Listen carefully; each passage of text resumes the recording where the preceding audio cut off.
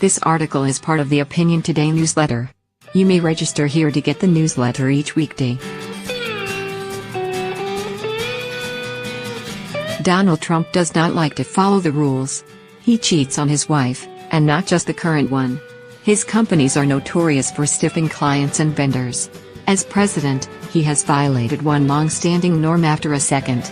When Trump believes it's suitable for him to violate a rule, he often just determines that the rule does not matter.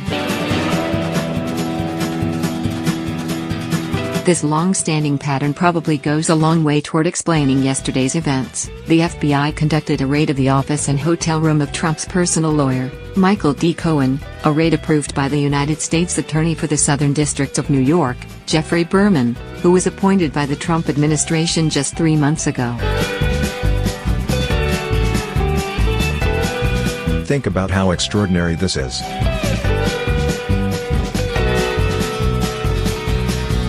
Receiving a warrant to search any lawyer's office is unusual, given the power of attorney-client privilege.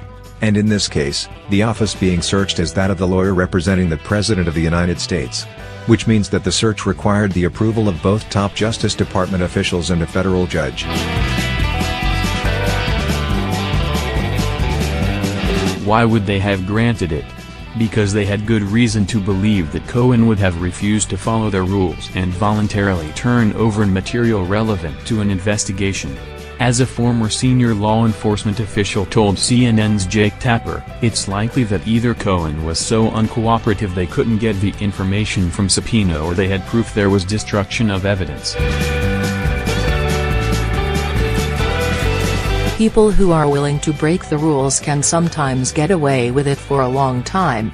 But sometimes their history and their misbehavior catch up with them. That now may be happening to Trump. If so, thank goodness. We're supposed to be a nation of laws, where rule-breaking brings consequences. Related, in the Times, Harry Litman, a former federal prosecutor, explains what the investigators may be looking for.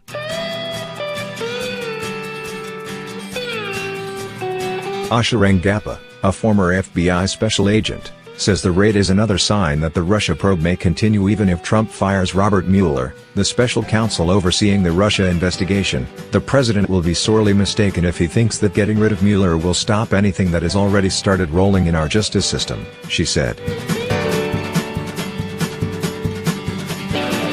Trump continues to refuse to play by the rules. The government seems to have followed the exact process for conducting a search of an attorney's office, as law professor Steve Vladeck notes. Yet Trump made it sound, dangerously, like treason, writes The New Yorker's Amy Davidson Sorkin. Now more than ever, Bill Kristol tweeted, Republicans in Congress, and others in leadership roles, should step up to protect Mueller. Facebook. Mark Zuckerberg, the company's CEO, will testify before Congress today about Facebook's impact on the 2016 election. But what he says matters less than what Congress does, writes Zeynep Tufekci in The Times. We already know most everything we need for legislators to pass laws that would protect us from what Facebook has unleashed. Elsewhere, Slate's April Glaser, Vox's Emily Stewart and Wired's Nicholas Thompson preview Zuckerberg's testimony. The full opinion report from The Times follows.